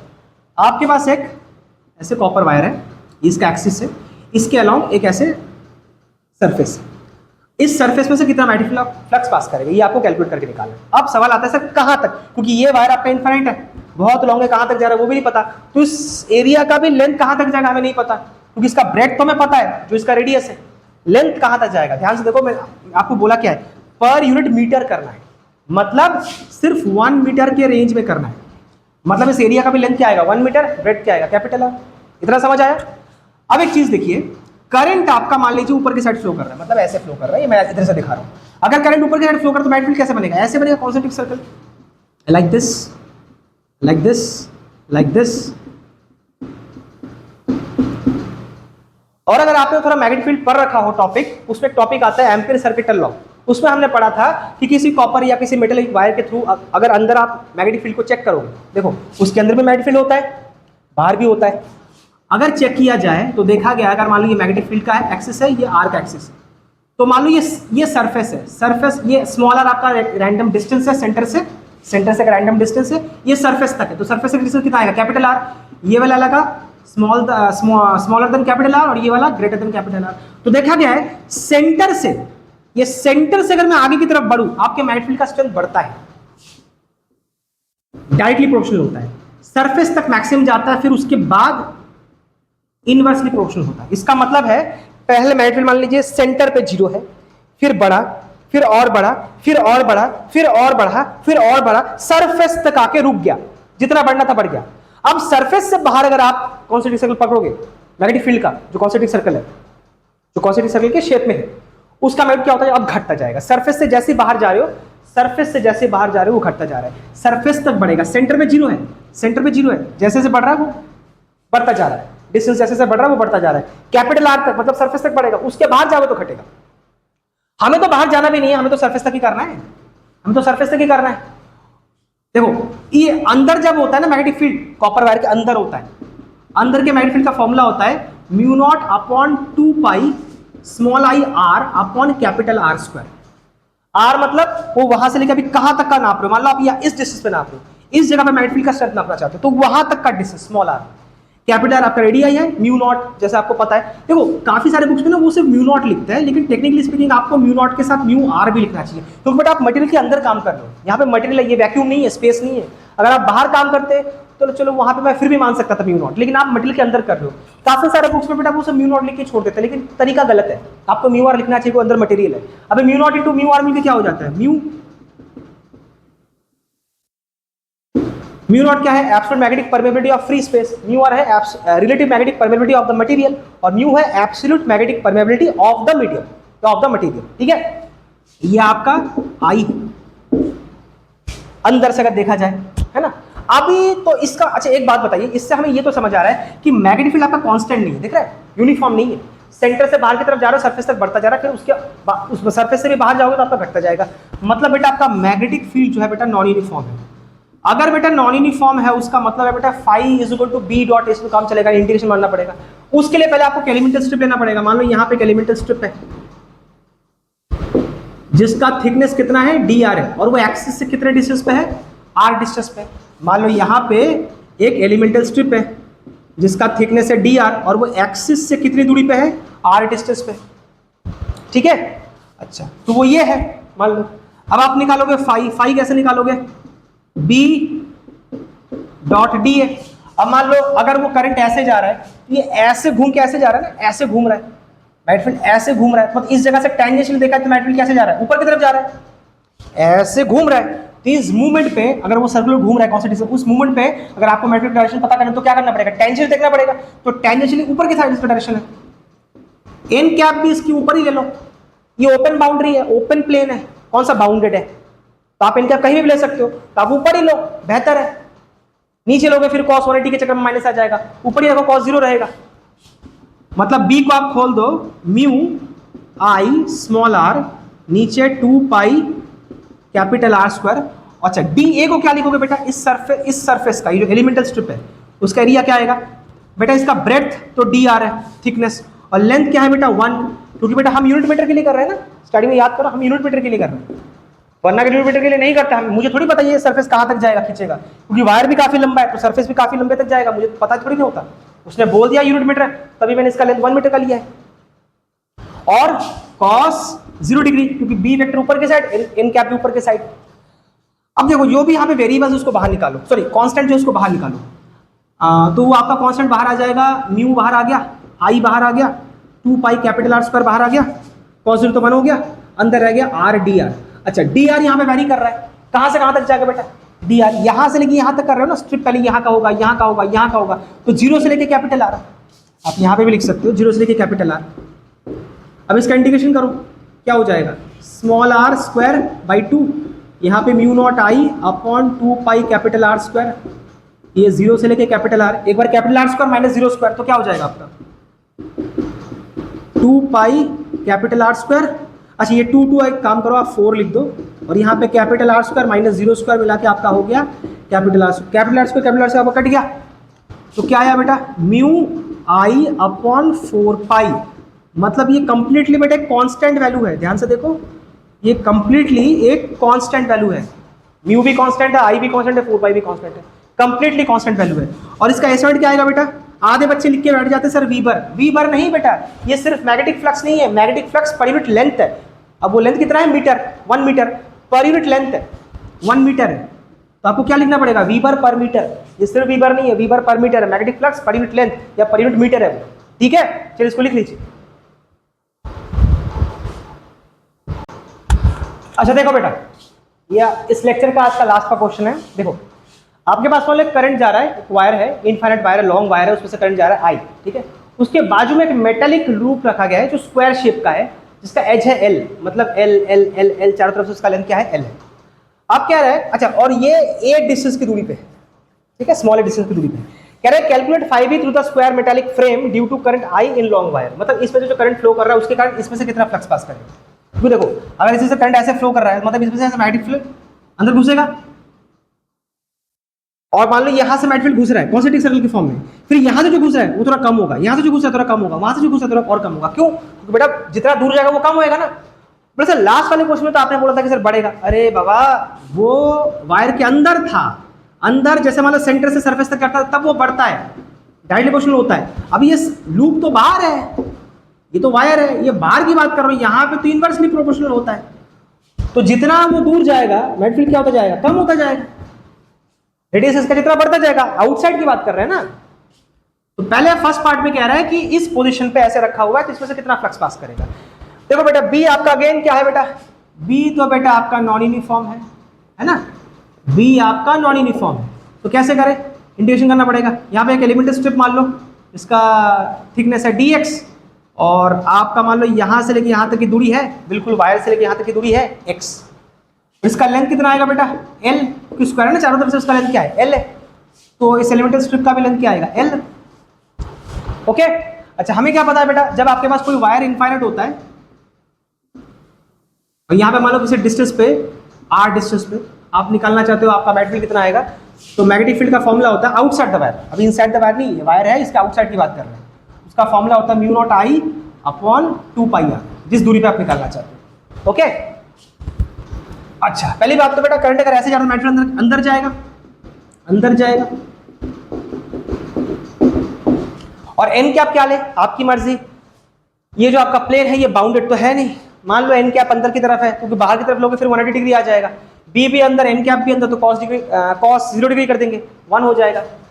तो आप फ्लक्स निकाल रहे हो, तो फ्लक्स निकालने का फॉर्मूला है बी डी ए।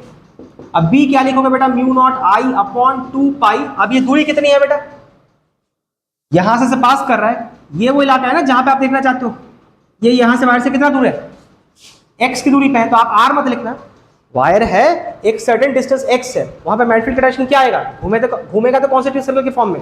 फॉर्मूला क्या होता है, mu naught i upon 2 pi x। अगर ये सब आपको नहीं पता तो पहले मैग्नेटिक फील्ड का जो चैप्टर है वो पूरा प्रॉपर्ली पढ़ लीजिए, ठीक है। अच्छा, डी ए क्या लिखेंगे बेटा, L into D x, length into breadth elemental strip का। और एंगल क्या लिखोगे बेटा, पेज के अंदर जा रहा है तो cos 0 डिग्री। इंटीग्रेशन लगाओ, कहां से कहां तक बेटा, dx वैरी कर रहा है ना, कहां से कहां तक, देखो x आपका यहां से लेके यहां तक वैरी कर रहा है, तो यहां पे x की वैल्यू क्या आएगी, a। यहां तक कितना आएगा, a प्लस l, पूरा सिर्फ l मत लिखना, आप यहां से नाप रहे हो तो a प्लस l। अब जो भी कॉन्स्टेंट इसको बाहर निकालो, म्यू नॉट आई 2 पाई l, अंदर क्या रह गया सिर्फ, अच्छा पॉजिटिव तो आपका 1 हो गया, अंदर रह गया dx अपॉन x, जीरो से लेके a से लेके a प्लस l। अच्छा, कुछ बच्चे ये भी पूछते सर आपने यहाँ पे म्यू आर क्यों नहीं लगाया। अरे बेटा वो लास्ट वाले में लगाया था क्योंकि वहाँ पे मटेरियल के अंदर हो रहा था, ये तो बाहर है, यहाँ पे म्यू नॉट क्यों लगाऊंगा, ये तो बाहर है, यहाँ पे म्यू आर नहीं लगेगा। अच्छा, 1 अपॉन एक्स का क्या होता है बेटा, log x, natural log, ln भी लिख सकते हो आप। कहाँ से कहाँ तक बेटा, a से लेके a plus l, mu naught I l upon 2 पाई। अब आप फाइनल वैल्यू डालिए, a प्लस l फिर माइनस लॉग a, सब्ट्रैक्शन में है तो डिविजन में आ जाएगा। ये आपका आ गया फ्लक्स। अभी जिस हिसाब से इसकी पोजीशनिंग दी गई है फर्स्ट पार्ट में, तो उस हिसाब से इसमें से कितना फ्लक्स पास करेगा, इतना फ्लक्स पास करेगा। अब देखो सेकंड वाले पार्ट में कह रहा है कि अगर इसको मैं रोटेट करा दूं 90 डिग्री, ऐसे रोटेट करा दूं, तब उसके अंदर कितना फ्लक्स जनरेट होगा, और आपको निकालना है rate of change of flux. मतलब आप मान लो ये आपका जो सरफेस है वो ऐसा है, इसको ऐसे हिलाना डुलाना नहीं है, इसका एक्सिस मान लो ये है, इस वाले साइड को आप एक्सिस मान के इसको 90 डिग्री से घुमा दो, और इसको घुमाने में आपको टाइम लगा 2 सेकंड। तो कह रहा है rate of change of flux कितना आएगा, वो rate of change of flux बाद में निकालेंगे। आपको पहले पता करना पड़ेगा इस नए पोजीशन पे उसका फ्लक्स क्या आएगा, फाइनल फ्लक्स क्या आएगा। ये तो इनिशियल पोजीशन का फ्लक्स था, तो फाइनल पोजीशन का फ्लक्स क्या आएगा पहले वो पता करना पड़ेगा। वो पता तो करेंगे, पहले आप इसको लिख लो, मुझे जगह चाहिए, I need space, lot of space. पहले आप इस क्वेश्चन को भी लिख लो और इसको भी लिख लो, 2 साइड में उसको घुमाना है, ठीक है। तो हम बेसिकली क्या करेंगे, चेंज ऑफ फ्लक्स जो कि फाइनल माइनस इनिशियल होगा उसको चेंज इन टाइम से डिवाइड कर देंगे। चेंज इन टाइम क्या आएगा 2 सेकंड, और change in flux final minus initial, initial में निकाल के रखा है, फाइनल में पता चाहिए, है ना। तो पहले आप इसको लिख लो, मेरे को मिटाना, आई नीड स्पेस।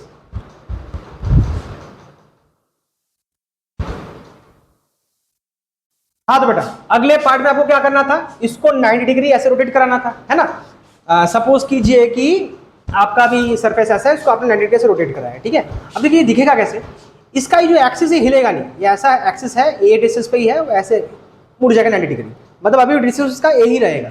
इसको अगर आप ये भी आप सामने से देख रहे हैं, आपका फ्रंट व्यू है, अगर आप टॉप से देखेंगे मतलब ऐसे घूम गया, अगर आप ऐसे टॉप से देखेंगे तो टॉप से मैं कैसे दिखाऊं, इस पूरी चीज को आप ऐसे कर दो, करंट आपका आउट ऑफ द पेज दिखेगा, ऐसे आउट ऑफ द पेज, और ये आपको ऐसे दिखेगा। यहां से इसकी दूरी बेटा अभी भी ए ही है, ठीक है। मान लो आपका एलिमेंटल स्ट्रिप जो है वो यहां पे है, पहले ऐसे सीधा था ना वो, अभी ऐसा टेढ़ा कर दिया आपने। ये अच्छा कितनी दूरी पे है, मान लो x डिस्टेंस पे, और ये डिस्टेंस मान लो आपका r है, r आपका क्या है, a square plus x square root over है, क्योंकि यहाँ पे 90 डिग्री है ना, पाइथागोरस लगा लो। अच्छा हमें पता है करंट अगर मान लिया ऐसे आ रहा है राइट हैंड थंब रूल से, तो मैग्नेटिक डायरेक्शन क्या है, कॉन्सेंट्रिक सर्कल के फॉर्म में ऐसे घूम रहे हैं, तो इस जगह से ऐसे घूमेगा। तो ये जो आपने यहाँ पे स्ट्रिप ले रखा है एलिमेंटल स्ट्रिप, यहाँ पे मैग्नेटिक का डायरेक्शन क्या आएगा। अगर मैग्नेटिक का आपको डायरेक्शन पता करना है तो उस पॉइंट पे आपको क्या करना पड़ता है, टेंजेंट खींचना पड़ता है। तो टेंजेंट अगर आप खींचेंगे तो मैग्नेटिक का डायरेक्शन इधर के साइड आएगा। अब एन कैप इधर के साइड है, जो एरिया वेक्टर का एन कैप होता है। आपको इन दोनों के बीच का एंगल पता करना है, क्योंकि आपको आगे जाके बी ए कॉस थीटा लगा रहा है ना, वो थीटा क्या होता है, दोनों के बीच का एंगल होता है। अब मान लेते हैं कि अगर ये वाला एंगल अगर आपका थीटा है, थोड़ा आपको ज्योमेट्री पता होना चाहिए, अगर ये आपका थीटा है, ये 90 है, तो बेटा ये क्या आएगा, एंगल सम प्रॉपर्टी से 90 माइनस थीटा। ये पूरा आपका 90 है, यहां से लेके यहां तक, तो अगर ये 90 माइनस थीटा तो ये कितना है थीटा। अब ये भी यहां से पूरा 90 है, यहां से लेके यहां तक, तो ये थीटा, तो ये कितना आया 90 माइनस थीटा। मतलब बी और एन के आपके बीच में एंगल कितना है 90 माइनस थीटा, अगर आपने यहां पे थीटा ले रखा है, ठीक है। अगर आपने यहां पे थीटा लिया होता फिर उस हिसाब से ये थीटा आ जाता। अगर आपने इस जगह पे थीटा लिया तो फिर ये थीटा आ जाता है, तो वहां पे ले सकते हो, हाँ ले सकते हो, आपका आंसर तब भी सेम आएगा, ठीक है। अच्छा बी की वैल्यू क्या लेंगे बेटा इस जगह पे, देखो वायर से यहां तक एलिमेंट्री स्ट्रिप का डिस्टेंस क्या है, पिछली बार आपका x था, पिछली बार x था, इस बार भी x नहीं है, क्या है r है, तो फॉर्मूला क्या बनेगा mu naught i upon 2 pi, x मत लिखना r लिखना, और r की वैल्यू कितनी है x square plus a square root over. अब आप फ्लक्स का फॉर्मूला लगाओ, ये मान लो आपका फाइनल फ्लक्स है B dot d a, b कितना है mu naught i upon 2 pi root over x square a square, d a को आप लिख सकते हो एल इंटू डी एक्स, जैसे पहले था एल इंटू डी एक्स तो है उसका एरिया, और कॉस एंगल दोनों के बीच एंगल कितना है बेटा 90 माइनस थीटा। इंटीग्रेशन डालो, इंटीग्रेशन वेरी कौन कर रहा है एक्स कहां से कहां तक, मान लो बेटा यहां से लेके यहां तक, तो ये आपका 0 से लेके आप एल कर दो, जो कांस्टेंट है उसको बाहर निकालो। अभी जैसे म्यू नॉट फिर एल फिर आई फिर 2 पाई, ये सब कांस्टेंट है, ये कांस्टेंट नहीं है बेटा, बोलो सर यहाँ पे ए स्क्वायर तो कांस्टेंट है, लेकिन ए स्क्वायर अकेले थोड़ी है, वो एक्स स्क्वायर के साथ है ना, तो अंदर आपको क्या रह गया d x x square plus a square root over. अच्छा साथ में आपका बेटा कॉस 90 माइनस थीटा क्या हो जाएगा साइन थीटा, 0 से लेके एल तक। अब साइन थीटा का क्या करें, देखो बेटा अगर इस ट्रायंगल को पकड़े और ये थीटा तो ये बेस है, ये परपेंडिकुलर है हाइपोटेनस, तो साइन थीटा क्या आएगा परपेंडिकुलर अपॉन हाइपोटेनस, तो आप साइन थीटा को क्या लिख सकते हो एक्स अपॉन हाइपोटेनियस। अब ध्यान से देखो अगर आपने यहां पे थीटा लिया होता तो ये बेस होता, ये बेस होता है ना, और ये आपका फिर परपेंडिकुलर हो जाता, तो उस हिसाब से आपका जो एंगल आता है उस हिसाब से वो एडजस्ट हो जाता है, तो उसको लेकर टेंशन मत लो, ठीक है। अगर आप यहां से तो उस हिसाब से आपका जो आता आप क्या लिखते, अगर मान लो ये आपका होता तो वहां से भी जो आप लिखते तो उस हिसाब से देखो, अगर यहाँ पे थीटा होता तो आपका यहाँ पे भी क्या आ जाता डायरेक्ट थीटा ही आ जाता, तो आप यहाँ पे cos 90 माइनस थीटा लिखने की जरूरत नहीं होती, आप cos थीटा लिखते, ठीक है। ध्यान से सोचिए अगर ये थीटा होता तो ये भी थीटा आता, इन दोनों कुछ एंगल थीटा आता तो आप लिखते cos थीटा, तो उसमें साइन में कन्वर्ट नहीं होता, तो यहाँ पे आपको cos थीटा दिखता, आप cos थीटा का फॉर्मूला क्या होता है बेस अपॉन हाइपोटेनस। अब आपने यहाँ पे थीटा नहीं रखा होता तो आप क्या लिखते बेस अपॉन हाइपोटेनस, तो घूम के फिर आपका एक्स अपॉन रूट ओवर ही आता। समझ रहे हो बात को, चाहे एंगल यहाँ पे लो कि यहाँ पे लो कोई फर्क नहीं पड़ता, आना आपका x upon root over x square plus a square ही है। अच्छा बाजू में ऑलरेडी एक नीचे x square plus a square है, ये तो साइन थीटा का वैल्यू आ गया, बाजू में ऑलरेडी ये वाला भी तो है, अभी दोनों रूट रूट हट के क्या हो जाएगा ये ऐसे हो जाएगा, लिमिट 0 से लेके एल तक, और बाहर mu naught i l upon 2 पाई। अब बेटा यहाँ पे आपको इंटीग्रल करना पड़ेगा यूजिंग सब्स्टिट्यूशन मेथड। अच्छा देखो जो बच्चे आपका विदाउट मैथ्स है उनको शायद समझ ना आए, मैं इस वीडियो के डिस्क्रिप्शन बॉक्स में एक इंटीग्रेशन का समराइज्ड एक वर्जन है वो दे दूंगा, जिन बच्चों को मैथ्स नहीं आता इंटीग्रेशन नहीं आता वो आप देख लेना, वहाँ पे आपको आइडिया मिल जाएगा, और बाकी जिन बच्चों का मैथ्स है वो तो कर ही लेंगे, ठीक है। तो इसको सब्स्टिट्यूशन से करना है, कैसे करना है आपको पता होगा, लेट कर लो x square plus a square को आप टी लेट कर लो, अब इसको डिफरेंशिएट करो with respect to d x, x square का 2x हो गया, ए स्क्वायर कॉन्स्टेंट है 0 हो गया, तो यहाँ पे D T by D x, D x को ऊपर उठाओ डी टी बाई 2, ये जो आपको x dx दिख रहा है इसको आप लिख सकते हो dt बाई 2, वो 2 को बाहर निकाल दो ना, हाफ बना के बाहर निकाल दो, x square plus a square क्या हो जाएगा बेटा 1 बाई टी, ठीक है। और बाहर ऑलरेडी क्या है बेटा, बाहर already mu naught i L है और 2 पाई है। अब बेटा लिमिट क्या डालो 0 टू एल, बेटा 0 टू एल एक्स का था, ध्यान से बात को समझो, 0 टू एल एक्स का था 0 से लेके एल, अभी लैंग्वेज बदल चुका है टी, आपको पता करना पड़ेगा कहां से कहां जाएगा, वो पता हम कैसे करेंगे बेटा, ये जो हमने रिलेशन ले रखा है बेटा यहां से पता चलेगा। देखो आपका जब x, देखो जब आपका x 0 था, अकॉर्डिंग टू दिस रिलेशन आपका, अकॉर्डिंग टू दिस रिलेशन मान लीजिए आपका यहां पे आप इसको 0 कर दीजिए, x को यहां पे 0 कर दीजिए, ठीक है, t का वैल्यू क्या आ जाएगा a स्क्वायर, मतलब जब आपका x 0 था तो t का लैंग्वेज में वो क्या आएगा इनिशियल लिमिट या लोअर लिमिट जो आएगा वो क्या आएगा a स्क्वायर आएगा, और जब आपका x l था यहां पे आप l डालिए तो t का वैल्यू क्या आ जाएगा l square plus a square हो जाएगा, मतलब x आपका 0 टू l वेरी कर रहा था, लेकिन t आपका a square to l square plus a square vary कर रहा है, मतलब a square to a square plus l square vary कर रहा है। अब 1/t क्या हो जाएगा बेटा, ये 2 × 2 पाई आपका 4 पाई हो गया, ये आपका लॉग या ln भी लिख सकते हो, नेचुरल लॉग है आपका a square to a square plus l square, ठीक है। अब फाइनल माइनस इनिशियल डालो तो क्या हो जाएगा, log a square plus l square minus log a square. अब सबट्रैक्शन में है तो लॉग क्या हो जाएगा, डिवीजन में आ जाएगा, मतलब इसको आप लिख सकते हो log a square plus l square upon a square, ठीक है ना बेटा। ये आपका फाइनल फ्लक्स आ गया, ओके। तो इसको लिख लीजिए।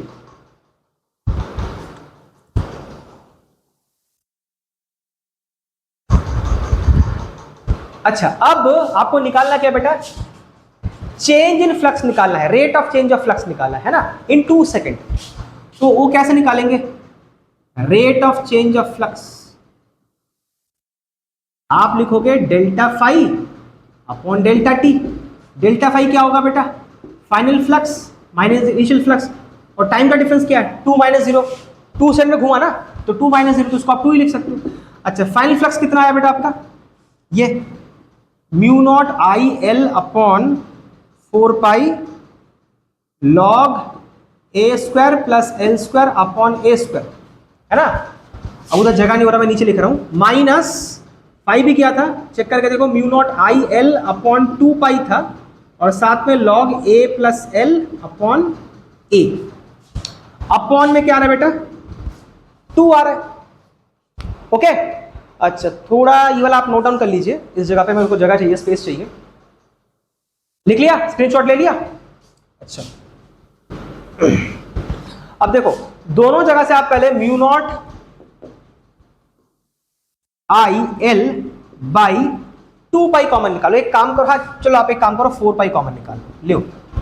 तो यहां से आपका बचेगा log a square plus l square upon a square, और उधर से बचेगा minus log a plus l by a. But एक चीज का ध्यान देना बेटा, यहाँ पे 2 पाई था, यहाँ पे 4 पाई था, मैंने पूरा 4 पाई निकाल दिया, मतलब यहाँ पे मुझे 2 से मल्टीप्लाई करना पड़ेगा बेटा, समझ रहे हो। ताकि देखो अगर इस चीज को आप दोबारा जब मल्टीप्लाई करोगे तो ये 2 और 4 पाई कट के नीचे 2 पाई आ जाए।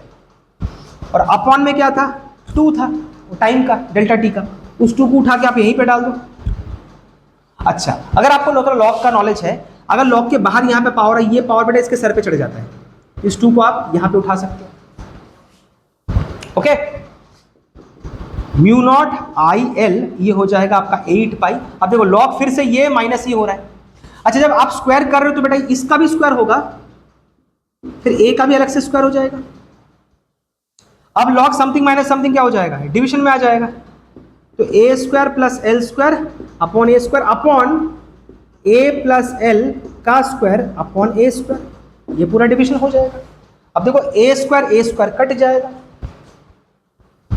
ठीक है। तो आया क्या बेटा, इसको भी मैं थोड़ा मिटा रहा हूं, आप पहले स्क्रीनशॉट ले लीजिए, इसको अच्छे से ले लिया, डन। अच्छा देखो, तो आपका ये जो delta phi by delta t rate of change of flux जो आया, वो आपका आया mu naught i l upon 8 pi log a square plus l square upon a plus l का होल स्क्वायर, ठीक है। ये आपका फाइनल आंसर, मतलब सेकंड पार्ट का आंसर। शुरू में तो आपको मतलब ये मिला था, दिस वाज द 5B, फिर उसको आपने 90 डिग्री घुमाया, कितने सेकंड में, 2 सेकंड में, तो करने से आपको जो rate of change of flux हुआ वो आपको ये मिला, ठीक है। इसका एसएंट क्या आएगा बेटा आपका, वीबर पर सेकंड, ऊपर इस वाले का वीबर, इसका सेकंड, गॉट द पॉइंट। चलिए इसको लिख लीजिए।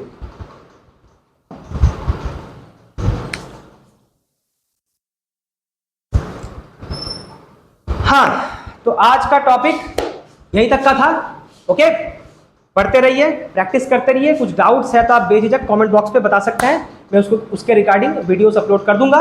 लेकिन हाँ, इस वीडियो को देखने से पहले जो बच्चे बिना मैथ्स के हैं, विदाउट मैथ्स के हैं, आप पहले इंटीग्रेशन का वीडियो देख लीजिए, ओके। उसके लिंक मैं डिस्क्रिप्शन बॉक्स में डाल दूंगा, उसको देखने के बाद ही देखिए, वरना ये सब्स्टिट्यूशन वाला पार्ट आपको समझ नहीं आएगा।